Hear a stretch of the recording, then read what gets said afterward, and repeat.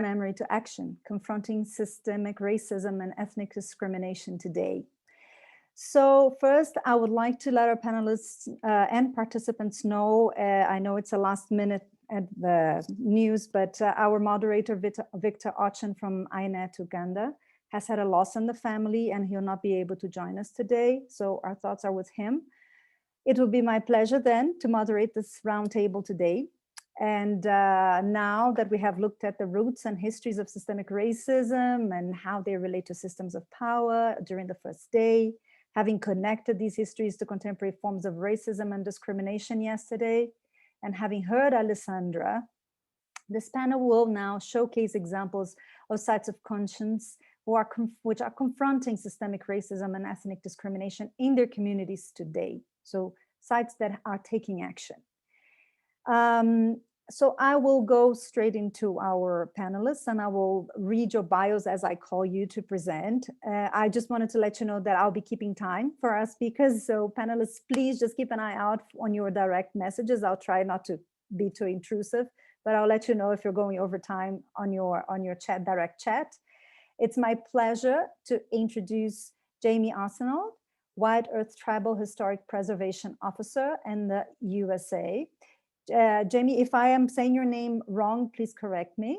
Jamie Arsenault is a Tribal Historic Preservation Officer, Repatriation Representative, and Archives Manager for the White Earth Band on the Minnesota Chippewa Tribe. Ms. Arsenault has worked with Indigenous communities for over 20 years. She is a former National Advisory Board member of the Association of Tribal Archives, Libraries, and Museums, ATALM, and Repatriation Committee member for the University of Massachusetts Amherst Anthropology Department. Currently, she is a member of the Minnesota Historical Society Indian Advisory Committee and the Repatriation Working Group with the Association on American Indian Affairs, AAIA. She's a Community Intellectual Property Advisory Board member for the Penobscot Nation, and sits on both the Advisory Committee and the Collections Committee of the Peabody Institute of Archaeology. Ms. Arsenault also serves as Muse DI partner on decolonization practice for the Abbey Museum. Jamie, it's my pleasure to give you the floor. Welcome.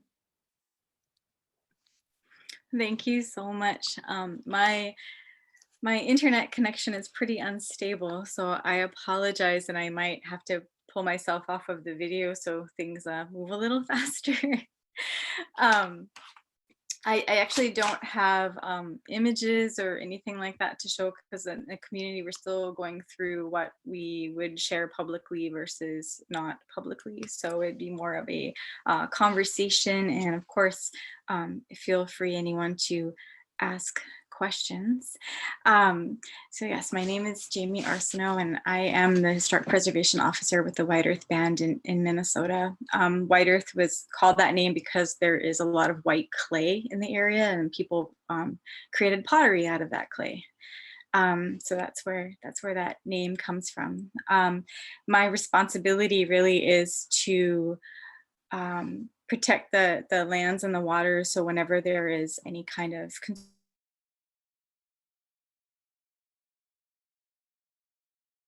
I'm supposed to assess those areas for places of significance for the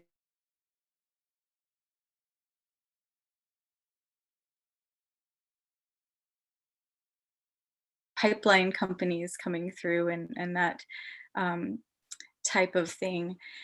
The other thing that I work on is repatriation. So I work really diligently in trying to locate information about the community and bring that home again. And I also manage the archives for the tribe. So I'm trying to find ways in which I can put that information out there with different layers and levels of access. Just as an overview, there are many, many diverse tribes within the United States, and very diverse in the ways in which we see things around us and the landscapes that we live on and our own histories with the US government. I think one of the things that is pretty consistent among different communities, indigenous communities in the US, is this idea of rights versus responsibilities. A lot of communities will have this this feeling that, you know, they are responsible for a lot of you know, this protection of natural resources and these treaty rights and such. These are responsibilities. These are really treaty responsibilities. And, you know, as we know, every treaty that the United States has made with indigenous peoples here has been broken. And so there are responsibilities on both sides, and tribes take that very seriously. There's also a lot of resilience. That'll be another thing that you see across the board with indigenous communities in the US. As diverse as we all are, there's a lot of resilience there. And so structurally within the US, there were a lot of systems put in place to oppress indigenous nations. And so you had some tribal communities that were relocated, and you had others that were stayed within their homelands, but their reservations that were created for them were greatly reduced their territories. And so, yeah, I'm just making sure I'm still here. Okay, we're good. And so the idea of this power of place, it became expanded and yet smaller all at the same time. And so you've seen this play out for different generations. You've had a lot of communities, including, you know, around Minnesota, where there was a loss of access to land and waters, a loss of traditional food access and foodways.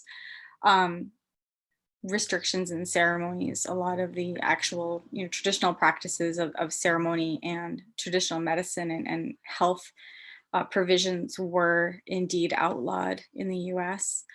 And so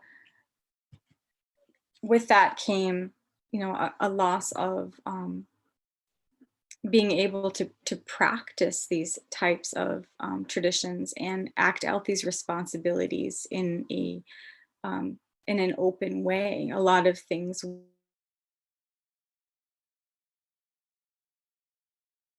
and a lot of disruption between different families and different generations took place.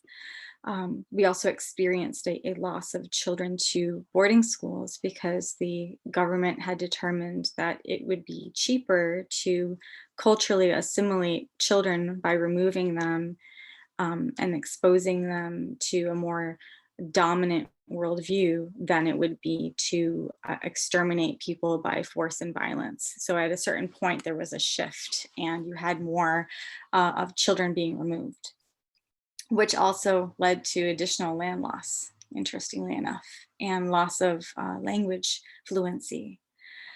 And so you had, you know, very frequently this loss of movement, loss of children, loss of access to information, and prevention of responsibilities taking place and being passed down through different generations. At the same time, there was an active collecting policy within the US, private collectors within the Army, you know, different doctors all across, really, that really aimed to collect as many items as possible from the community, just because there was this idea that Native people would be disappearing. And so there was this massive attempt at really taking every basket they could find, every piece of clothing they could get, items right off of a massacre site. Human remains were removed.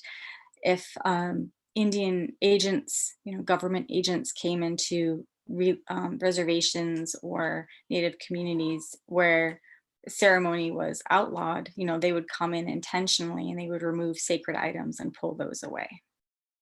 And so there was not only this loss of land and children and resources and ability to act out responsibility, but then those tangible pieces of who you are. In many cases, a lot of these sacred items are considered to have life within them, so they're really your relatives, even they were pulled away. And so the story here in the US became one where there was just a lot of different layers of loss between different generations. And at the same time, there are a lot of people in the US that are very unfamiliar with the history of Indigenous communities. Many of them have never read a treaty.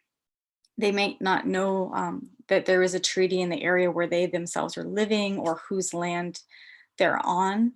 And seeking information like that, it can make a lot of people feel uncomfortable. And so they choose not to think about those things or ask those types of questions. And so, for a long time, a lot of Indigenous peoples and communities felt pretty invisible. Social media, I think, is really starting to change this, because people are starting to be able to, amplify their own voices and not wait for someone to give them that space to do that.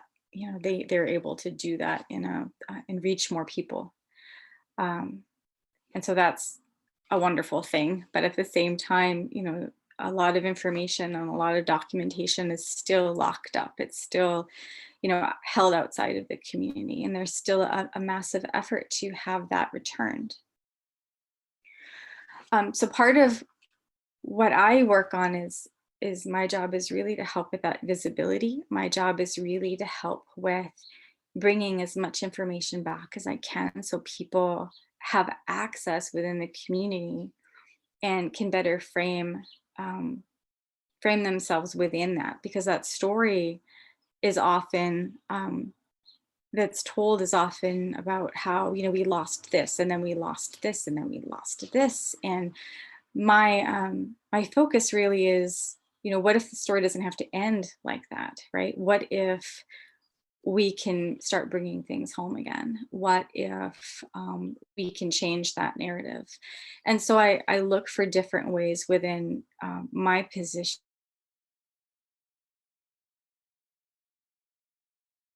So, in the same way that we were just talking about how stories matter, I purposely go out there and I look in different museums and historical societies and auction houses and, everything all over the world to try to find where this information, this documentation of the community that I serve, where it ended up.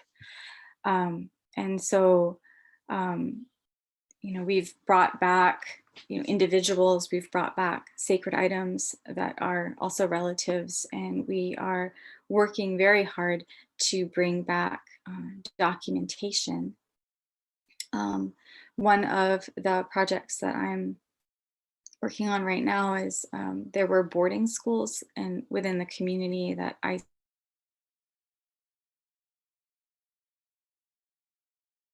children away while also having a smaller school on location on site. And the goal of these schools again was cultural assimilation. Learning your language wasn't something that was promoted. Access to ceremony wasn't something that was encouraged.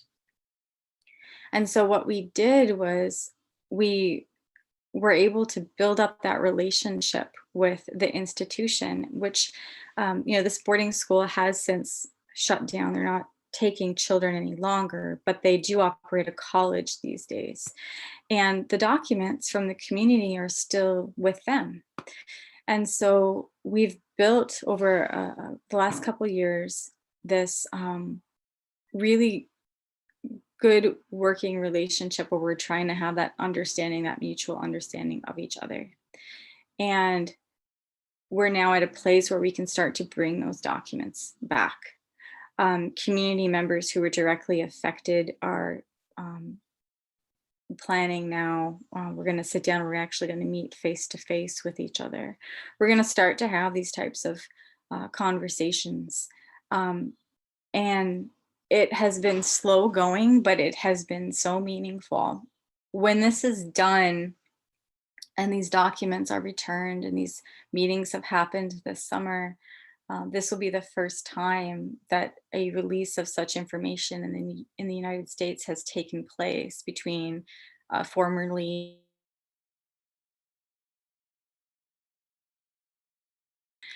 and so our goal is not only to have this process go well for the community that I serve, but to serve as an example for other institutions within the US that they too can take a similar step with communities that they had a direct impact on and have these difficult conversations. Another piece that I work on, as I had said before, is repatriation. So I really reach out to as many museums as I can, and we have this difficult conversation of how did this item end up on your shelf? What had to take place for it to get here? A lot of times an item might be listed as a gift or something that was purchased. And so we have to really deconstruct that for the institution. You know, what were the situations that were happening for this community at the time that forced this item to be separated? And what should you do about it? So we have that over and over again, this conversation for item after item, institution after institution. But it has been something that has resulted in the return of a lot of pieces and relatives and information back to communities. Once that information is returned, we do keep a relationship going with the museum. We want them to be able to have a good working experience with us, but also be able to talk more about the community. So we're bringing that visibility. Got 2 minutes to go, okay. And you know, another piece that we're working on is the protection of traditional food systems. So within Minnesota, there is a grain called wild rice, and it grows natural on the water. And it's very sensitive to any kind of environmental changes. So pipelines, climate change, the salt from the roads when it's winter and you're icing the, you're trying to deal with the ice on the roads. All of those things can affect that plant. But it's also a part of the spiritual identity of the community. It's where they knew to stop their migration. And it's a sacred food. And so we're working with state officials, federal officials, trying to protect that on a state level so that that can be another model that is replicated for other communities that have other traditional food systems, salmon, you know, different types of grains that they use that are critical to their communities. So we're really trying to approach the work that we do in a relationship building sense, but we're not holding back facts either. We're not holding back historical accuracy. So we're being very transparent and really taking the time to build those relationships, but also return that information to the people. Thank you. Thank you so much. I think my time is up. Thank you, Jamie. Thank you so much. I would love to carry on hearing you for so much longer. Such fascinating work and such courage. I can imagine that these dialogues around the table with holders of objects that have been looted or taken in an illegal way, or even influencing a government policy must not be easy. So, wow, well done, amazing work. Thank you for that. Okay, so I will call our next speaker now. Gustavo Meoño Brenner is the coordinator of Memory and Human Rights for Fundación para la Democracia, Museo Internacional para la Democracia in Argentina. Guatemalan, self-taught, member of the Guatemalan Revolutionary Movement between 1968 and 1993. He was director of the Rigoberta Menchú Tum Foundation from 1994 to 2005. He served as coordinator of the Historical Archive of the National Police of Guatemala from 2005 to 2018. And he's currently coordinator of the Memory and Human Rights area of the Foundation for the Democracy in Rosario, Argentina. Gustavo, bienvenido. Gustavo, welcome.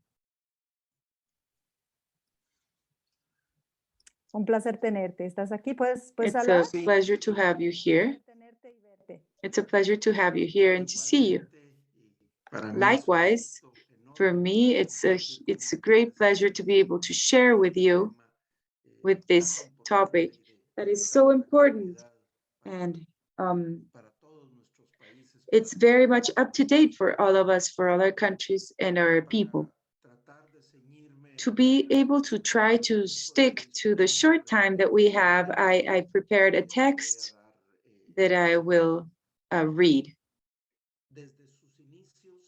From the start, the International Museum for Democracy of Rosario, Argentina, established the fight against racism and discrimination as one of its main action lines, based on the premise that the full respect for human rights must be the starting point to build democracy. And within a global vision of fundamental rights, the museum was conceived around four great topics that are deeply linked among each other. First, the Universal Declaration of Human Rights. Second, contemporary slavery. Third, migrations. And fourth, state terrorism and genocide. Thus, the museum was structured, dedicating a permanent room for each one of these four topics, in which we have the report on racism and discrimination as a crime against humanity that is still going on day to day. The work of the International Museum for Democracy is not only in the presentation and explanation of these great problems, but it's also projected towards the community, especially through work with youth.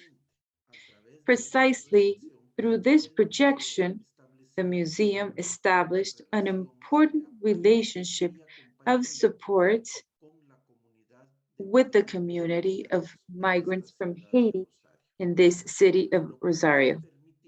This has allowed us to get to know a little bit better the problems for discrimination and racism that in many cases are faced by the Haitian migrants in the world. And this is precisely the experience that I want to share with you and take advantage to propose some initiatives. The number of Haitian migrants in different countries has grown hugely in the last 11 years. It is calculated that 1/5 of the Haitian population, over 2 million people, have been forced to leave their country. One of the causes of this increase in migration is in the side effects of the devastating earthquake of January 2010, with over 200,000 deaths and 1.5 million displaced. But additionally to poverty and unemployment and the lack of possibility to access healthcare and education that are structural problems in Haiti, forced migration is also pushed by governments based on lies, on theft, on generalized corruption, on selective murders, on officialized kidnapping, and the organization of repeated massacres in the poorest neighborhoods. Unfortunately, along the past decades, the organization of the United Nations and the international community in general have played a horrible role in Haiti, and we have to say this. Argentina is not one of the main destinations of one of the thousands of migrants that are forced to leave Haiti, but because of the aforementioned reasons, the number of them has grown considerably in the past decade. The greatest part of the Haitian migrants in this country have concentrated in the cities of Buenos Aires, Rosario, and Córdoba. It is calculated that in Rosario there are around 3,000 people living, coming from Haiti, facing different problems that are financial and social, among them precisely racism and discrimination. Given that the community of migrants from Haiti in this city does not have state support and their own resources, the museum opened its doors to become their reference point and the space for their meetings and to hold their events. In this sense, the museum has been able to contribute so that Haitian communities can expand their number of people who participate in their activities and have advanced in the formalization of a civil association with a legal status. The museum serves this group of migrants to formulate their own projects, their own educational, economic, and cultural projects, and strengthen as a civil association to support the members of the community to be able to solve legal, social, and labor problems that they have to face. A good example of these initiatives that the Haitian community has been managing is a campaign in social networks initially, but also it's about opening spaces to be able to apply to schools and be able to go there and tell the story of Haiti.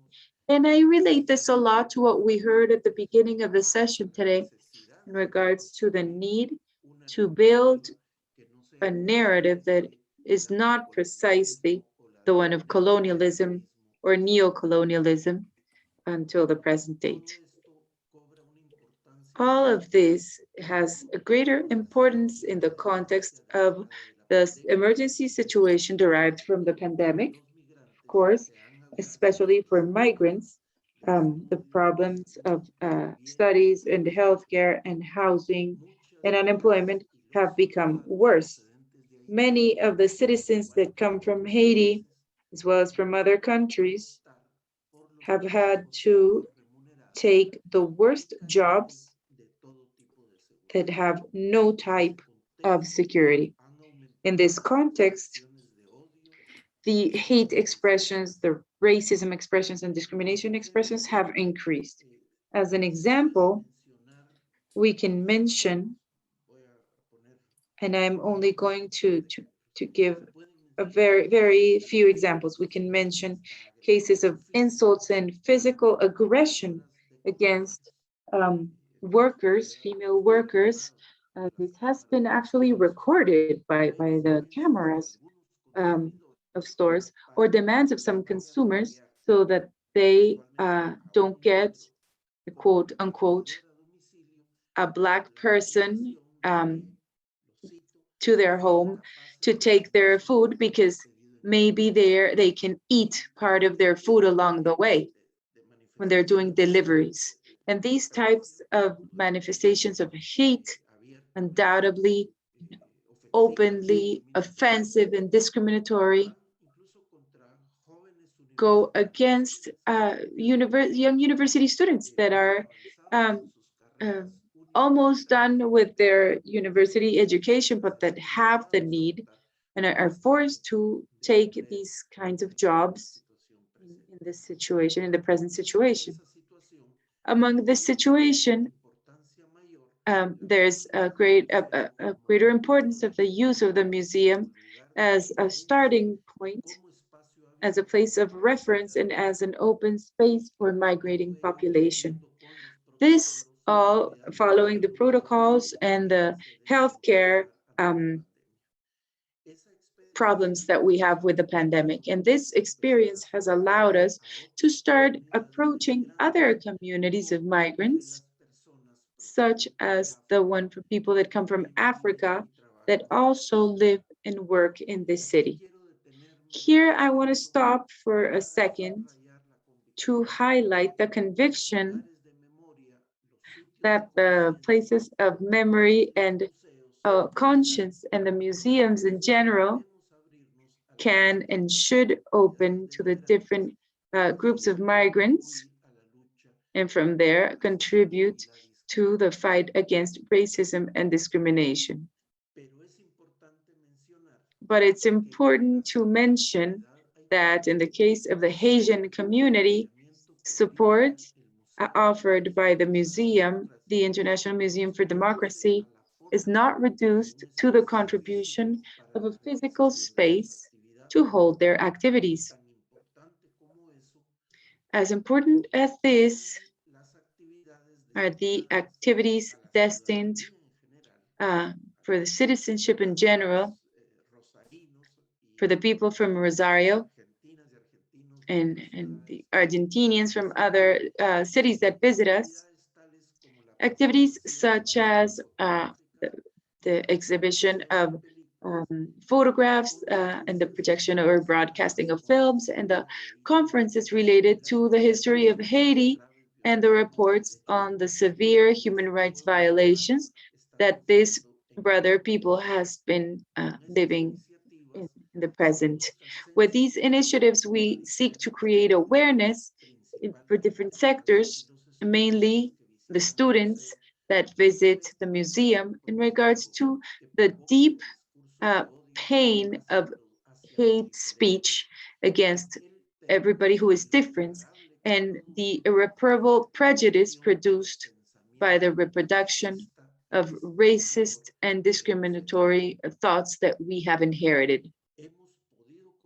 We have been able to prove that most of the people who visit the museum, regardless of their age, level of education or social status, don't know at all the history of Haiti.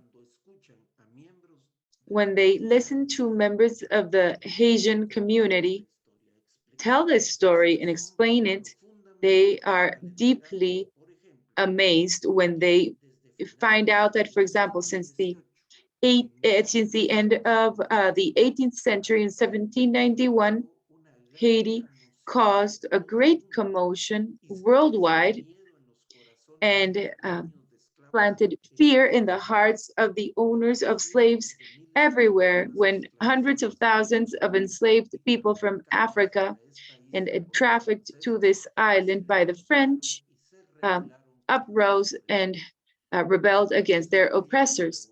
That a bloody revolution that lasted over 12 years in the former slaves beat the French colonialists in 1804, and that then established the first and single country formed by a slave uprising that forbid slavery and that was governed by people that were used to be enslaved.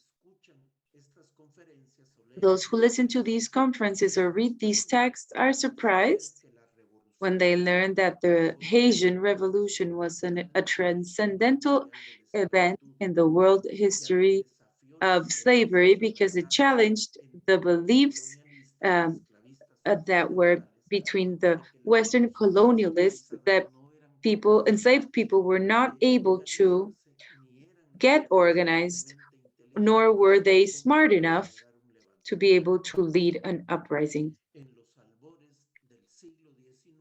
In the 19th century, the Haitian revolutionaries began broad reading and writing campaigns, and they were the first country in America to proclaim the right of everybody to free education in equal conditions. This has an absolutely direct relation with what we heard today, and the need to tell the story from the tradition,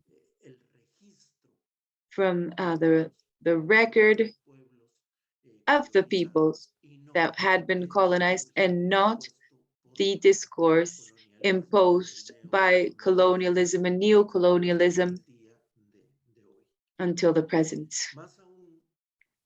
More so, they are surprised when they learn that that sovereign government received Simón Bolívar, and that regardless of their great financial limitations, supported him with weapons and money to help in the fight for independence of the countries of South America.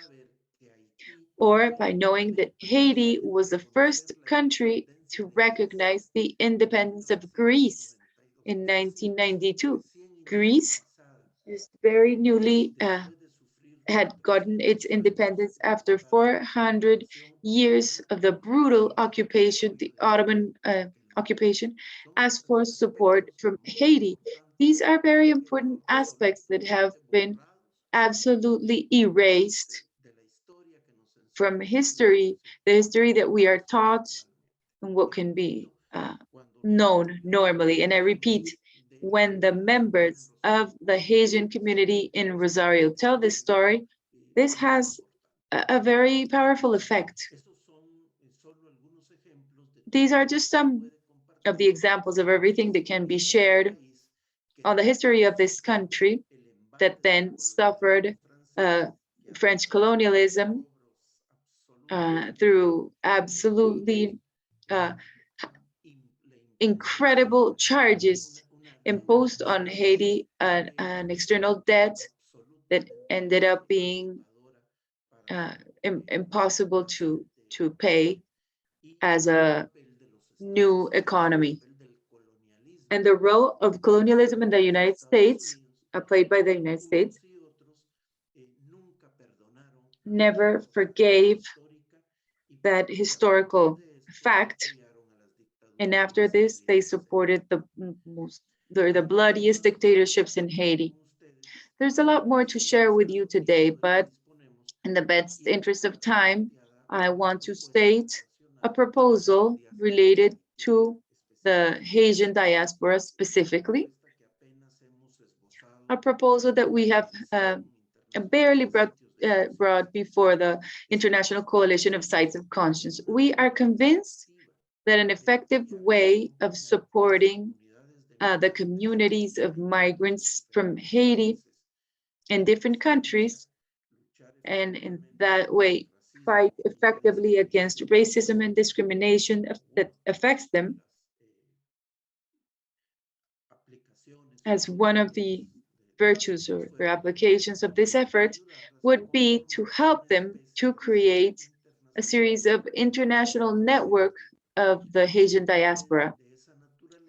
A network of this nature, supported from the sites of memory and sites of conscience and the museums, would be able to contribute effectively to establish relationships of communication, exchange, and mutual support that don't exist nowadays, or that are only produced in an isolated manner. This would also be an opportunity or possibility for these communities of the diaspora, the Haitian diaspora and the world, to go into a relationship and communication with other migrants communities from other places, with other experiences, just like the ones that we have been listening about today. We must keep in mind that there are important Haitian migrant communities in several cities of Dominican Republic, the United States, Canada, France, Mexico, Brazil, Chile, Argentina, and other countries. And in all these cities, there are institutions that are part of the coalition that could contribute to driving an effort of this nature. This would also be a way of contributing to reporting the severe human rights violations that happen day to day in Haiti, and generate solidarity with those who, from the inside of the country, with a great risk, do great efforts in favor of memory, truth, and justice. This is the case, for example, of our brother organization, the Foundation de Verde Memoria, which is part of the International Coalition of Sites of Conscience and of the network of sites of memory in Latin America and the Caribbean. It's obvious that this idea is just barely stated because with such short time, I can only give a very general overview of this, but our purpose from the International Museum for Democracy is to create an initial proposal through the coalition to gather opinions and points of view on the importance, the use, and the viability of an effort of this nature. We start from the conviction that solidarity between the people is the best way to overcome individualism, indifference, and passivity that the neoliberal thought has planted in the world. We are moved by the certainty that solidarity is also a vital tool to fight against racism and discrimination. Thank you. Thank you, Gustavo. Thank you very much. I'm going to switch to English. You know from me, and as the program manager for the region, you have my complete support in that proposal, and let's talk more. I think it's an outstanding idea, and thank you for sharing your experience with Museo Internacional de la Democracia. Entonces, y ahora, sorry, now I'm going to call the next speaker, and then we can come back and discuss more. I would like to call Marta Cisterna, manager of Casa Memoria José Domingo Cañas in Chile, a professional in the area of health and education with extensive experience in the defense and monitoring of human rights. She has a degree in education and speech therapy, a diploma in human rights education, and a specialization in education inclusion. Member of the board of directors of Fundación 1367 Casa Memoria de José Domingo Cañas, founder and coordinator of the Commission of Human Rights Observers, the first commission of observers to be formed in Chile in the context of the secondary student movement of 2011. She was coordinator of the Southern Cone of RESLAC, the Latin American and Caribbean Sites of Conscience Network. Currently, she's part of the advocacy team of RESLAC. She has been linked to issues of memory, archives, observation, prevention of torture, and management of civil society networks. Since 2011, she has conducted field trips to document police action, visiting police stations and following up on cases of police abuse, injuries, and threats by the state agents. She has conducted the issuance of observation reports on human rights. She was in charge of the memory project for her site of memory. In 2021, she joined the teaching team of the Henry Dunant Latin America Foundation, contributing to the course Prevention of Torture and Other Cruel, Inhuman, or Degrading Treatment or Punishment. Cisterna is also part of the education team of the Sitio de Memoria Casa José Domingo Cañas, who together with the United Nations High Commissioner for Human Rights have been in charge of training human rights observers from territorial organizations in various regions of Chile. Marta, es un placer tenerte hoy.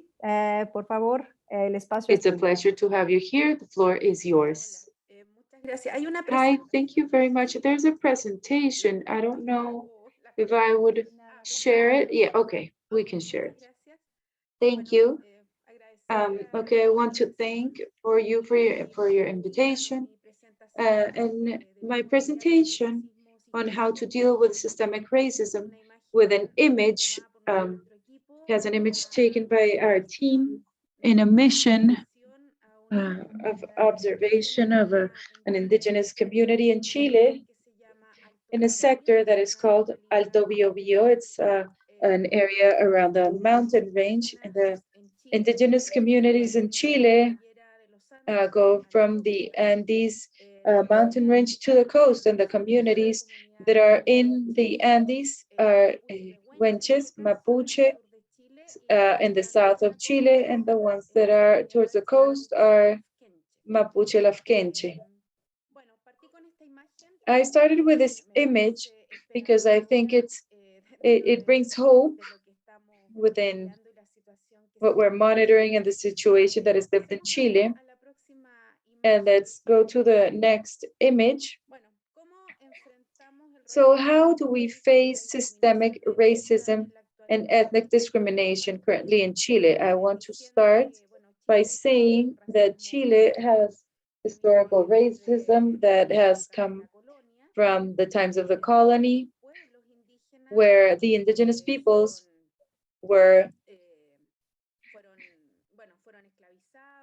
enslaved, their land was taken away. And with the years, what happened was that there's indigenous peoples in Chile that have resisted colonialism historically and the different dominations. There's been a resistance process, especially of some peoples that have highlighted for this, like, for example, the Mapuche people from the south of Chile. What I'm going to tell you today is related to the monitoring that from the site of memory we have done on this specific people, the Mapuche people. It's not just that we observe this people and not others just because. This responds to the fact that the Mapuche people has had a historical struggle and resistance to the process of the land theft by the colonialists and by large corporations that are in Chile. So I am going to start by telling you, okay, let's go to the next slide, that as a site, this is the Casa Memoria José Domingo Cañas. And we at the site of memory, we created in 2011 a commission to observe human rights. It's in the line of guarantees of non-repetition that the state of Chile committed to when we began the transition towards democracy post-dictatorship. This is part of our observation team. We monitor social protests, understanding that human rights are social conquests. So on this line, we define that the right to protest is fundamental to be able to access to our rights. And in this line, we created this Observers Commission. Our commission monitors on site. We go to the site to observe situations where there could be possible violations to human rights. In the case that I am showing you, we were called in this role that we have as monitoring human rights. We were contacted by an indigenous community of Alto Biobío several years ago, back in 2015, because the community from the mountain range of Alto Biobío had been attacked by members of the police. What happens in this area and in the south of Chile? What happens is that forestry companies stole lands from the indigenous peoples. The electric companies as well, they installed dams in areas inhabited by indigenous peoples. The mining companies also stole lands from indigenous peoples. So in these theft processes or land theft processes where they were cheated and they made them sign documents that were not legible because of language, that their land was taken away. So there have been communities that have done resistance processes where they have taken part of these lands, they have taken their land back, taken the space back, the space that they once inhabited. These are small areas. So the state of Chile, what it does in these cases is take all of their military forces to take the communities out of the areas that they are trying to get back to, because they used to belong to them. So based on this, we decided to travel to the area, and we went to one of the indigenous communities. We visited the Maya commune. This community is very high up in the mountains. It's a community that is isolated. We reach it by land in an area that is very complex. And if that road is closed, the community is completely isolated. The images that you see here correspond to a visit that we did. We stayed for a few days in the community to be able to take their stories, their narrations of all the community, of the military occupation that they had been living. And these images are very valuable for our team because they are the drawings that the children that you saw in the first picture of my presentation did. This image shows we went 1 year after the community had been forcefully raided, and 1 year later, these young children had done these drawings. There are some dotted lines on the left. These dotted lines are the shots of firearms of the agents of the state that went to repress this community. These are the drawings of the children. Actually, there's some cars there, like tanks. And in the image of the right, we see people in a mountain, which is a mountain that is in the community, and there are some little men with weapons. And these are the memories that these children of Mapuche community have, Mapuche Pehuenche, 1 year after having suffered this raid. So what we did was that we took the information, we gathered the information as the memory site to be able to visualize, on the one hand, the situation, a repressive situation that the community went through, and be able to relay the elements that we considered or that were reported to national entities, human rights, justice, but were also reported in the United Nations. We issued reports of this that had happened. So additional to visiting indigenous communities and seeing what the human rights situation is like for these communities, we also, as memory site, we have been visiting Mapuche political prisoners. Here we have Marcins Espino Córdoba. He's an ancestral authority that is important within the cosmovision of the Mapuche people. And he's a clear case of racism in Chile. He was detained for a crime to some colonialists, Chilean colonialists. And he was accused of being part of the murder of these colonists that died, burned, but he was 2 kilometers away. His participation here was never demonstrated. The evidence was eliminated, the evidence of the people who detained him. The ballistic assessment did not give any proof or evidence that he had been in contact with the weapon that was used or with the fire.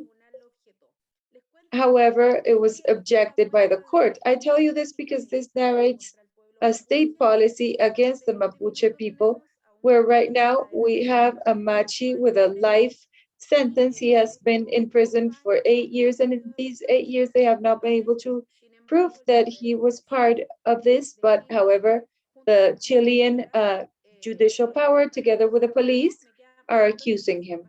I know that I have little time left, so let's go to the next image. The next image shows when we have been, this is another community, Lafkenche, beside the coast. It's called Puerto Choque, and we went to monitor a raid that happened in the community where tortures happened in a rural area.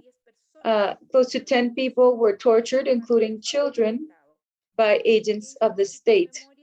What did the site of memory do? We went to the area, we did a report. We can share our reports with you. And we also derived and looked for support networks for people that had been the victims of torture, and the relevant reports were made. So when we go to the land, we gather evidence. There's images here, what we have found in the communities that we have visited.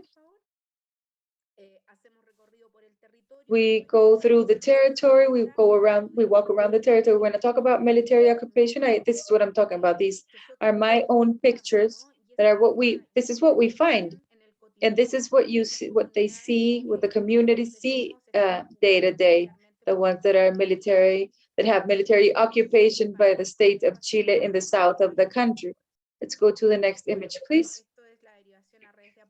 This is when we refer people to support networks, because we also see evidence of torture from the communities in resistance. Their bodies, the Mapuches, are full of small firearms wounds. These are images of the occupation of a territory by police and military members. Next image shows, here we have the reports that I was mentioning. These are some of the reports that we have issued as a site of memory. We have the report on the situation, but these reports have been derived to reports for the United Nations and the Inter-American Commission of Human Rights. Based on our reports, the CIDH, when they came and did the visit, they sessioned in the Casa Memoria José Domingo Cañas, because it is understood that we are an area that is looking towards the non-repetition guarantees, and we want to visibilize these human rights violations of the people that nobody cares for, because we understand that it's not important for the Chilean state and for a large part of the population what is happening with this ethnocide and genocide of the indigenous peoples in Chile. In the last image, we did a campaign. These are educational campaigns. Let's go to the next one with the human rights standards to be able to combat discrimination.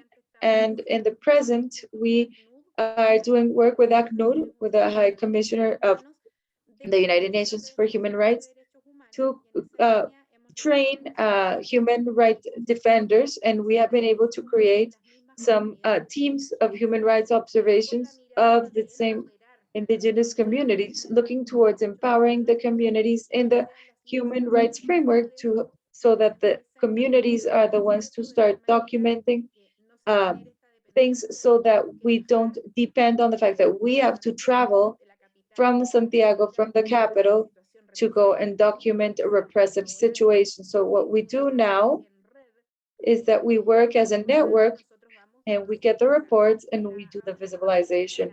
And I think that now we do have the last image, and this is our image of hope.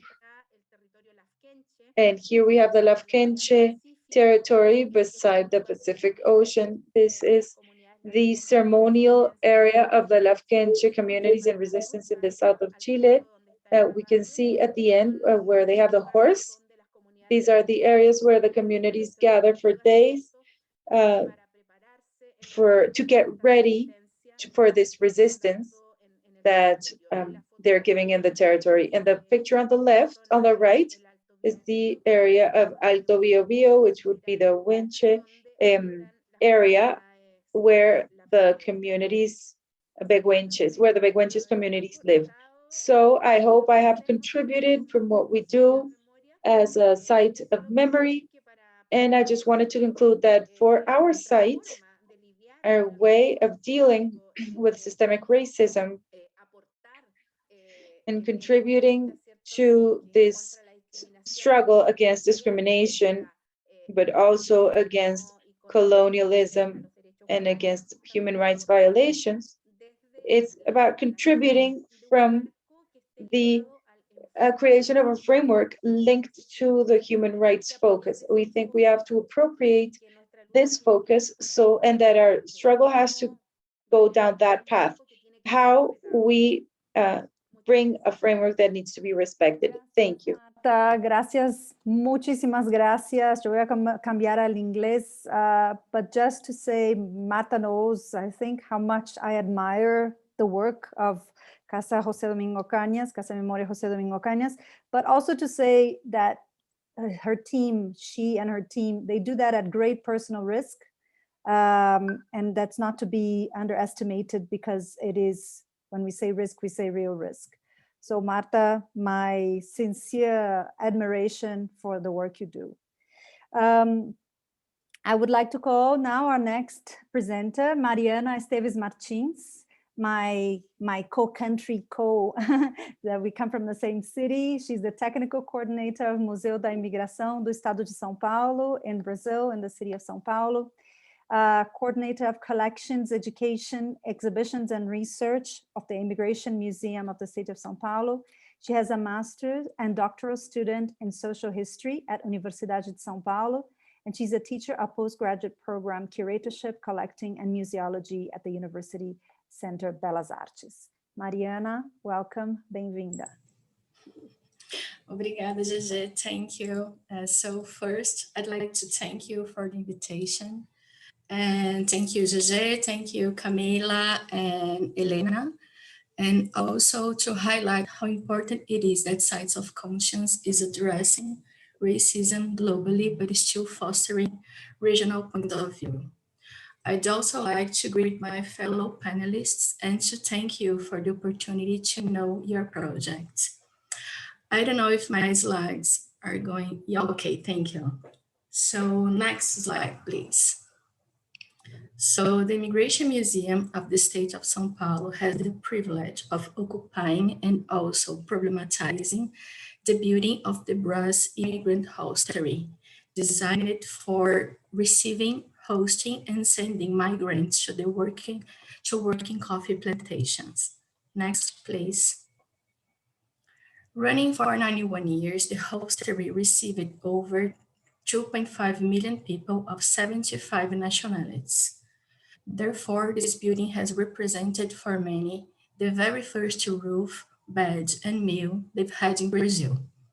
This was where the history of many families started in this part of the world. Next, please. So that's why in 1993, the Immigration Museum was built in such an emblematic space. Next. In the beginning, the museum worked as a center for documentation, providing access to immigrants' arrival records at the hostelry, which would be the starting points of historical and genealogical research for scholars and family members. The exhibitions program was mostly celebratory, mainly recalling stories through nationalities and the impacts of their contributions to labor, science, culture, and other areas. Next. The collection was formed through the donation of objects attached to personal stories, such as passport, luggage, and domestic or work-related items. This double function, documentation center and celebratory museum, has fulfilled a fundamental role to insert migration as an important part of the history of both São Paulo and Brazil. Next. But nowadays, the museum faces other challenges. Since 2010, we've undergone a conceptual reformulation from personal or community memories to the notion of migration as an experience and a human right. We've also enlarged our chronological scope and embraced contemporary times. In addition to that, we cannot forget about the turning migrations around the world in the 2000s. So there was an increase in border security, mainly in the countries of the so-called Global North, and there was a significant rise in South-South migrations, with Brazil starting to once again occupying a prominent position in Latin America. So, aware of these new commitments and considering this context, the museum then understood the importance of reassessing its practices.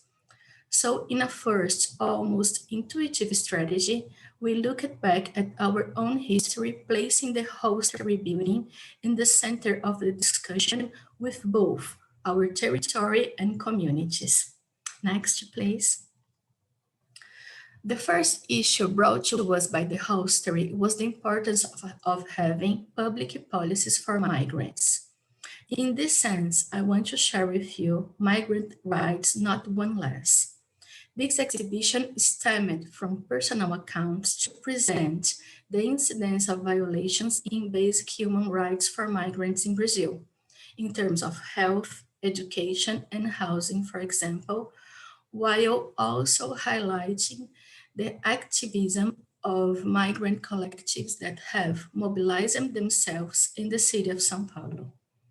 This exhibition has been a milestone of the museum's political positioning and inaugurated a new way of working, amplifying important and urgent causes brought by our partners and communities. Next, please. The second issue presented by the hostery was the importance of having reception structures for migrants. The exhibition at home in Brazil, which was carried out in partnership with UNHCR, brought to the museum's garden one of the temporary shelters set up in the cities located in Brazil and Venezuela border. Visitors of the museum were then invited to enter and listen to stories told by the asylum seekers in Brazil. The person who welcomed them was a Venezuelan educator who had herself experienced living in one of these shelters. Having this temporary structure made of metal and tarp next to the hostelry magnificence and solid construction has brought up an important kind of discomfort. And so did the new stories that were told there from people that were living those situations in that very moment. Next. The strategy of relating past and present experiences, presenting migration as a continuous process, helps us recognize the legitimacy of all experiences. It also debunks the idea that there is a rupture between migration in the past, which would have helped build Brazil as a modern nation, and current migration, which would supposedly bring about danger and insecurity. Also, a historical perspective helps us understand that the idea of Brazil as a welcoming country has never been completely true. Here, I'd like to highlight a series of articles entitled Who Enters Brazil?, which has stemmed from legislation to discuss how migrants have actually always been target of restrictions on their entrance, especially depending on their origin. Next, please. The pandemic has been a critical moment with respect to violations of rights and xenophobia in Brazil. Much like in other parts of the world, people with Asian phenotype have been subjected to racist manifestation, also supported by recurrent behaviors expressed by authorities and by the federal government in Brazil. In addition, we have been facing an economic crisis with the loss of work and the almost absence in public policies that guarantee financial aid to those who need it the most, significantly affecting migrants. In this context, we started the research project Human Mobility and Coronavirus, through which we invite migrant people to share their stories and the impact of the pandemic on their lives. We also invite experts to act as observers, sharing multiple views of the current context on migrations. The project has been underway for over a year, and the articles are available on our blog with ramifications, such as a podcast and a series of live stream interviews. Next, please. The other project is the educational research called Abiyayala, which aims at addressing respect toward migrants and their rights, fighting xenophobic and racist situations. With a dialogical approach, the research presents scenes of discrimination and abuse of power. Abuse of power by authorities, discussing limits and confrontation possibilities. During the pandemic, we've been asked by social assistants from shelter houses to adapt this material so they could use them with resident migrants who were then quarantined. Next, please. Because of migrants' multiple origins, the research has been translated to English, Spanish, French, and Arabic. Next. I'd also like to present an ongoing discussion that stems from the political milestone of the Black Lives Matter movement around the world, including Brazil, which is a country historically marked by racism and also by the resistance of Black populations. When all institutions were mobilized, organizing themselves to support the anti-racist cause, we understood that it was time to reflect. Our history, both related to the hostelry and to the museum, carries strong cause and consequence relations with the racialization process established in our country. So it was important to deepen our knowledge of this context in order to problematize them. Once again, we turn to the hostelry. We wanted to understand its creation context at the end of 1880s, which is also the period in which the slave regime was abolished in Brazil, one of the last countries to do it. We know that the incentives to immigration at the time answered not only to a demand for workers, but also to a very particular concern in the field of identities, the constitution of a certain image of Brazil and of Brazilians detached from indigenous and Black population, assuming whitening as a norm conceived scientifically and politically, and with long-lived impacts in exclusions and privilege. The whitening policy explains the expressive number of Europeans at the hostelry and consequently their protagonism in the narratives that have been historically elaborated by the museum. Although central, we've never faced the whitening policy properly. Also, it's important to highlight that by making this discussion invisible, we may have reinforced an idea of migration without considering its impacts on indigenous and Black populations in Brazil. In addition to these historical bonds, it's important to also approach racism in the current context. Non-white migrants, especially Latin Americans, Africans, and Asians, upon arriving in Brazil, end up inserting themselves in a society whose whitening ideals have never been faced. Since we know that while there is racism, there is no democracy, and I just quote Black movement in Brazil, facing the historical challenge of the Brazilian context is fundamental for an idea of effective citizenship also for migrants. For that reason, we composed an internal work group with members of different departments in our museum in order to discuss racism and migration. Sorry, could you please put the next slide? So as I was saying that we create this internal group with members of different departments in our museum in order to discuss racism and migration, to propose activities and to diagnose the institution's projects.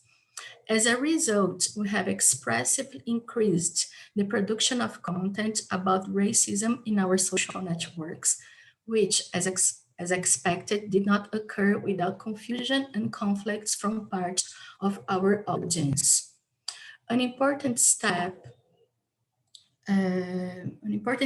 of this front was the elaboration of a course called The Immigrant History and the Bricks of Structural Racism in Brazil, including invited academics and migrants, offering it to the public free of charge. And just now, we have an open call for our residents for migrant artists to develop a creative project about racism and migration. So to conclude, we believe that by making our space, teams, collections, and media insertions available, we can act in favor of the visibility of the dynamics of current migration, recognizing the protagonism of those who live them, and understand migration as an experience and a human right. In addition, I have to say that it's impossible to discuss xenophobia without understanding racism, thus the importance of treating discrimination and prejudice against migrants in a manner that is, at the same time, wide and profound. There's a question we've been asking ourselves. What does it mean to be an immigration museum in Brazil today? And to answer it, we cannot be alone. That is, we have to consider the museum as part of a much larger network of institutions and individuals, and we cannot isolate migrations from the other structures that compose Brazil. Because just like migrations are dynamic, museums also have to be dynamic, and for that, we need to be attentive, willing, and connected. Thank you. Thank you, Mariana. Thank you so much. Thank you, all of you, for your presentations. I saw that Jamie was maybe also having some trouble with her connection. I'm not sure she's back here. I made it back. Okay, all right. Thank you. So we are a little bit over time, but I would like to just quickly pull a thread that comes through all the presentations, which is the issue of visibility, of making the issues that you're facing visible. And sorry, Mari was just under time. That was my alarm. It's the issue of visibility and making the struggles of those communities you're working with visible to larger audiences, and raising awareness about that. And that is directly connected to narrative, as we are linking back to what Alessandra said in her opening keynote speech. And narratives that are told through the voices of the protagonists, that can have that function of decentering official narratives that have been usually built from white privilege or whiteness or white perspectives and colonial legacies. And we know, especially in Latin America, but probably true in other places, that we live today a different kind of colonization, which is a self-colonization. We haven't decolonized the mind in many of the places, so a lot of those patterns still carry on, and they live with us, and we need to make the consequences and the effects of them visible so we can confront them. I know there are comments. I'm going to read a few comments. I have one question for all of you. So let's have like a 10-minute to have a discussion, and then I'm going to close. But just quickly read some comments. So during Jamie's presentation, Vanessa Adams-Harris said, treaty understanding is not taught. Policy around treaty is not explained, which creates a dynamic of separation within the context of cultural existence between groups. Then Daniel Manyazi from Kenya said, the joke here is that our tribal chiefs were made to sign thumbprints on the documents, treaties they never understood, whether the collaborators of those that resisted foreign dominion.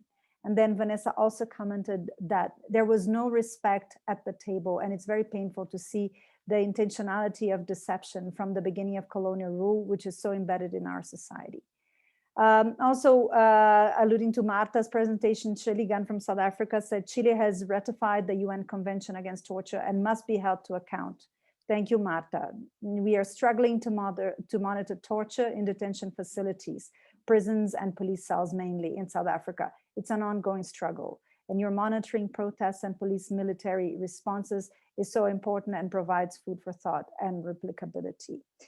So with those comments in mind, I am going to pose one question for any one of you who wishes to respond. And also I will hope that we can open for a few minutes for another question from whoever wants to in our audience.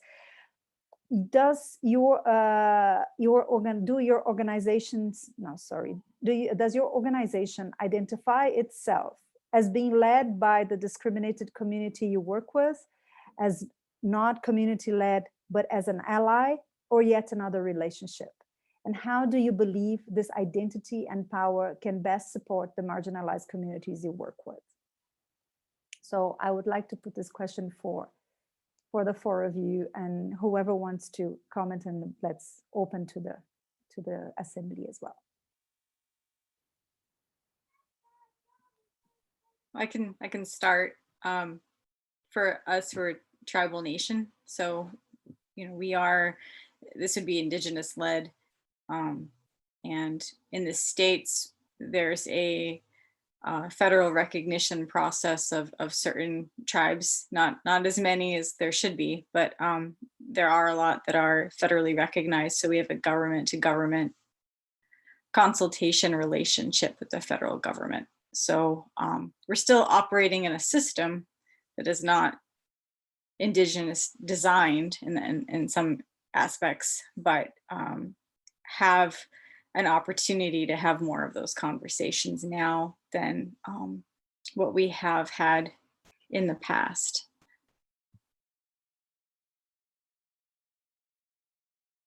Thank you. If anybody else would like to respond, or also if anybody has, if you feel free, whoever, all our participants here, to propose questions on the chat box.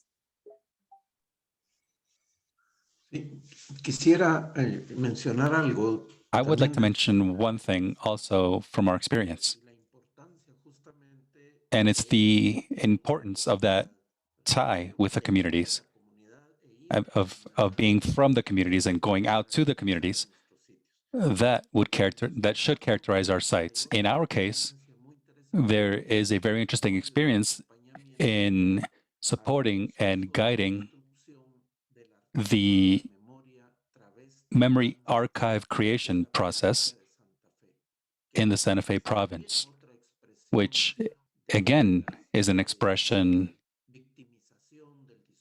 of the victimization of hate speech, of discrimination, and in that case, it's based on sexual identity and identity as a whole. What I mentioned regarding the Haitian migrant communities, the museum has opened its doors to guide in this process of creating the archive for the trans and cross-dressing communities with really interesting human experiences, precisely because of that tie between the dictatorship and state terrorism and repression against differences as a whole, and how the cross-dressing and trans community were also victims of state terrorism, and subsequently under democracies, those discrimination efforts have continued. So this is something that to us has become extremely interesting.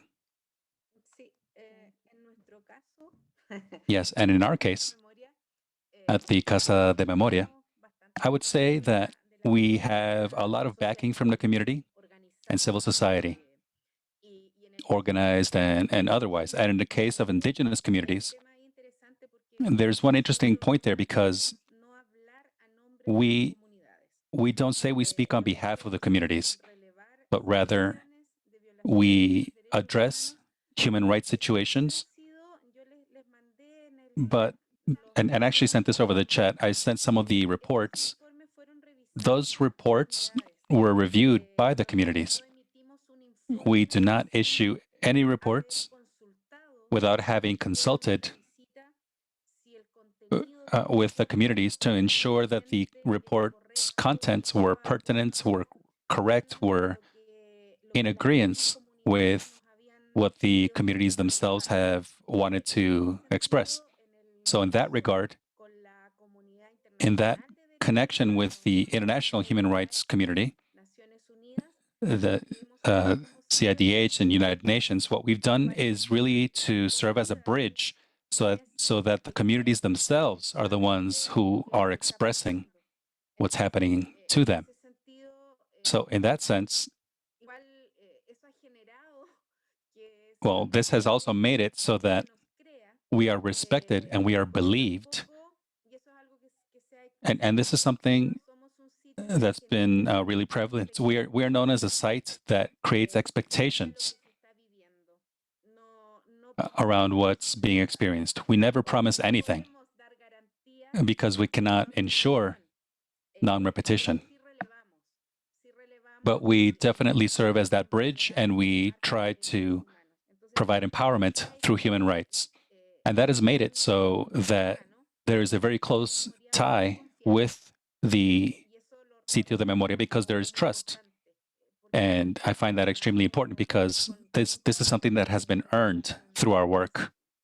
That's it. And this is very important, Marta, because I think many of our members are in the similar position to Casa Memoria José Domingo Cañas, and sometimes they are not entirely sure which roles they can play. And I think you are harnessing all the power that you have to be this bridge and make these issues visible. So it's a very important experience to share, I think, with other members. There is a question here on the chat box to Gustavo.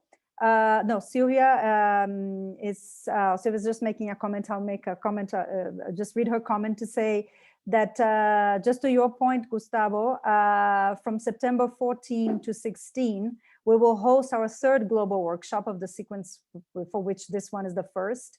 And the topic will be on challenging bias against women and LGBTQ+ community. So that will be also an important time to discuss projects such as the one you just mentioned to us, of the project of the museum with the LGBTQ community. I think I would like to, before I wrap up, I would like to ask one last question to Mari. The idea, you know, I understand Museu da Imigração is a big organization. It's a public organization, and it has to deal with many pressures and many interests and balance different narratives. And I find it very brave and fascinating that you took the initiative to build this working group, to start this working group internally to discuss racism from inside and calling people to discuss. So I'd like you to tell us a little bit of that experience and how staff and your community, how it has impacted. And then I'm going to close. Okay, first I'd like also just to say about the last question that yes, we are a large institution. We have connections to the state government, so we have many commitments, and we see ourselves as a place for many migrant communities. So it's hard to balance all the interests and hard to be in touch with our territory and all the issues that have been facing there. So for us, being in a different way, I consider ourselves as a team that is mediator. I don't know if the word is it's a proper word, but not like we don't see ourselves as the owner of the truth or the owner of the narratives. And we see ourselves as professionals that go outside and make everybody together and make everybody together inside the museum and from the museum. So making this internal group was a solution when the Black movement arose. And I felt a discomfort to say, okay, we are part of this because we are part of the problem. In Brazil, the immigration, the white immigration is something that we have to face and to understand the impacts that the incentive for white migrants had to the Black and indigenous population. And we consider that doing it first from inside was the best decision. So it's a work group with members of different departments, and everybody has, it's very horizontal. Even though I'm the coordinator, I'm just coordinate the works, but the knowledge is very horizontal, I don't know what to say, but we are, the first thing that we had for it was like being on Instagram in a live stream and saying the museum recognize its history and it's open to discuss this history. And it was important that we have different profile audiences in Instagram and Facebook. In Facebook, our audience is more conservative, and there we have lots of issues, many complaints about what are you doing that, why Immigration Museum is posing these questions, is going in this direction, our memories have to be sacred, our migrant grandfathers and grandmothers has no responsibility for that. And we say, yes, we agree, but it's the context. We need to be in this context and face this context. So that's our experience. We're still working, and maybe in the future we'll have more things to share with you. Well, as a fellow Paulista and Brazilian, I take my hat off. Well done. And with that, I'm going to close the panel and thank all of you so much for your interventions, for your contributions. It's been so enriching.